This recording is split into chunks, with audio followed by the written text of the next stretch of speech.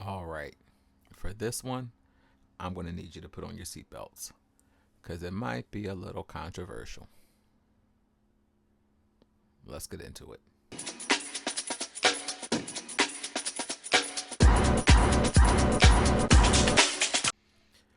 So, silver has broken that all important $30 barrier.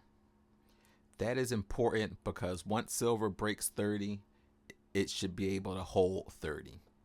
Once it breaks through that new stratosphere into that new realm, $30 should be its new support, its new low point. So, barring something unforeseen, something global and tragic, something that's a shock to the markets, it shouldn't dip below 30 bucks. It's at about 30, 62, 31, 32. It's been fluctuating all day. Gold's at 23.30.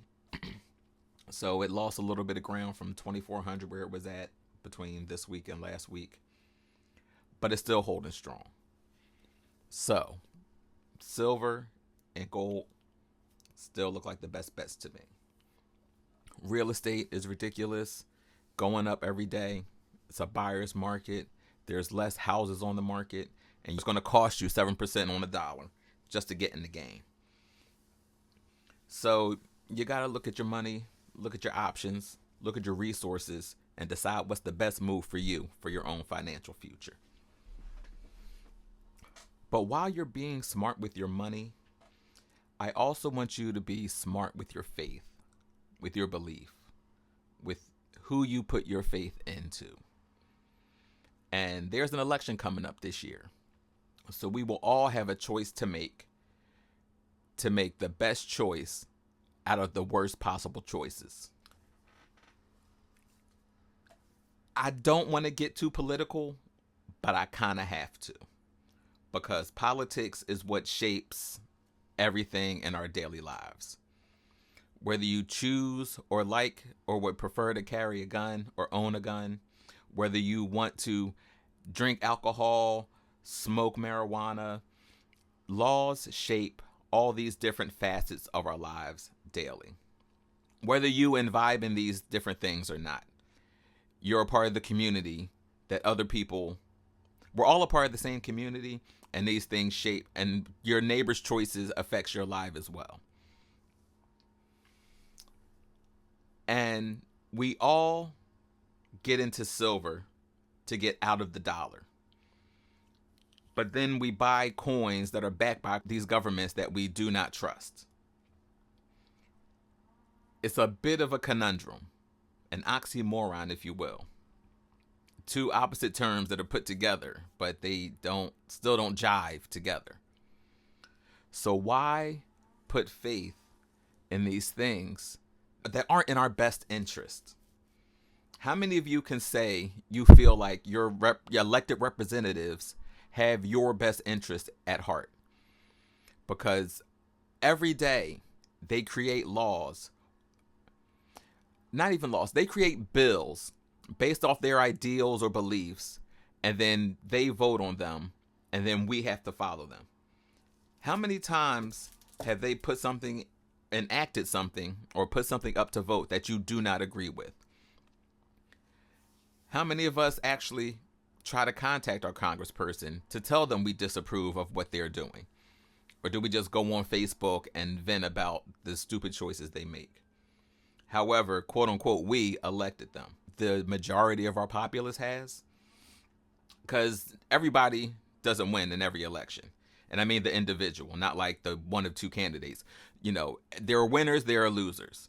So every time there's people whose voice was heard, quote unquote, with their vote, but don't get what they want in the outcome.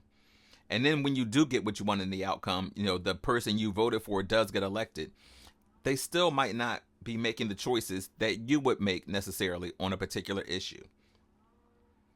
Our forefathers made it a point to keep church and state separate, yet we constantly, we as the populace, not necessarily myself, we as a populace always vote for people that go with their religion.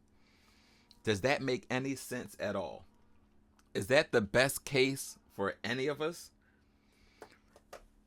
We call these holy books, the word of God, and yet God hasn't written a single word in any of them.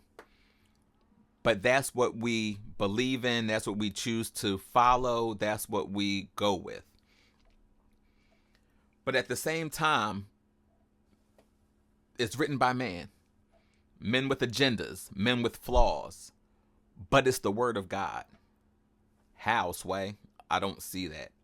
I don't agree with that. And I don't think that's the best way to conduct anything. Everybody has the right to choose, the right to freedom, all that good stuff. But at the same time, does that really make sense? You believe in the Bible, and allegedly it's the word of God, but it was written by man, flawed men, and that's what we're putting our faith in. We don't believe reporters today. And I'm not saying reporters have bad intentions, and I'm not talking about intentionally deceiving fake news. But even with the best intentions, reporters don't get things 100% right. But we're going to put our faith in the books written by people 2,000 years ago? Does that seem like it makes a lot of sense? I'm not telling you not to believe. I'm just telling you think twice about all of that. And if you've never thought about it, you've just been blindly believing, are you making the best choices? Again, I'm not telling you not to believe, but I'm hoping you've at least questioned that thought process, regardless of what the outcome was afterwards.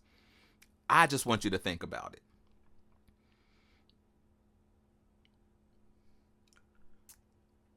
I think I'm going to end it there because we all might need to do some soul searching.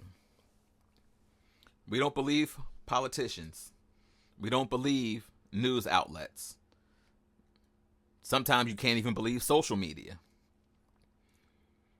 But we all want to put our faith in 1,000-year-old books written by people.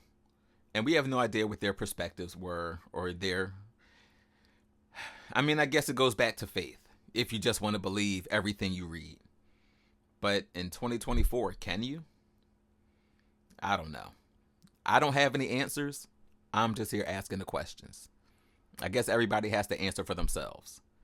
I just hope you're asking yourself those questions. So I'm not questioning your faith, but I am questioning every Bible, every Quran, every Torah ever. I'm not saying don't believe. I just hope you question them too.